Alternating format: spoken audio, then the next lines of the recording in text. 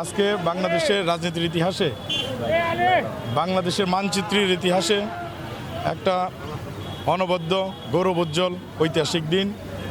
1971 সালে এই দিনে বাংলাদেশের লাখো মানুষের জীবনের বিনিময়ে দীর্ঘ 9 মাসের রক্তক্ষয়ী যুদ্ধের পর আজকের এই দিনে বিজয় অর্জিত হয়েছিল। আমরা একটা স্বাধীন মানচিত্র, স্বাধীন দেশ, স্বাধীন একটি জন্মভূমি পেয়েছিলাম। সেই থেকে বাংলাদেশ জাতীয়তাবাদী দল বিশ্বাস করে যে 71-এর মূল চেতনায় হচ্ছে গণতন্ত্রের বিকাশ, গণতন্ত্রকে রক্ষা করা।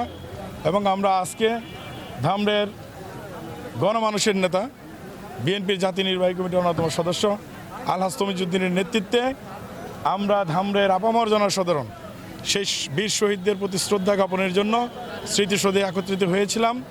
কারণ আমরা বিশ্বাস করি বাংলাদেশ জাতীয়তাবাদী দলই একমাত্র রাজনৈতিক প্ল্যাটফর্ম, একমাত্র দল যারা গণতন্ত্রের কথা বলে, যারা দেশের স্বাধীনতা সার্বভৌমত্বের কথা বলে।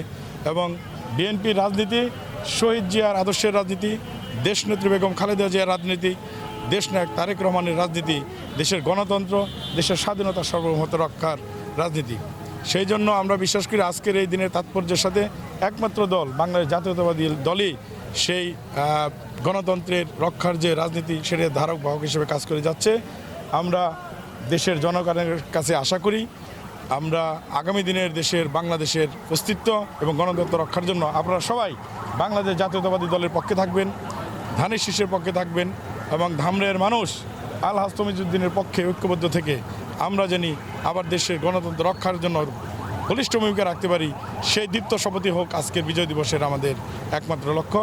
সবাইকে ধন্যবাদ জানাচ্ছি এবং আগামী দিনে, আগামী 12ই ফেব্রুয়ারি নির্বাচনে বাংলাদেশ জাতীয়তাবাদী দল বিপুল সংখ্যাগরিষ্ঠতা নিয়ে বাংলাদেশের রাষ্ট্র পরিচালনার দায়িত্ব পালন করে 71-এর মূল চেতনায় বাংলাদেশকে গড়ে তুলবে, সেই প্রত্যাশা রেখে আমি আমার বক্তব্য শেষ করছি। খোদা হাফেজ, বাংলাদেশ জিন্দাবাদ।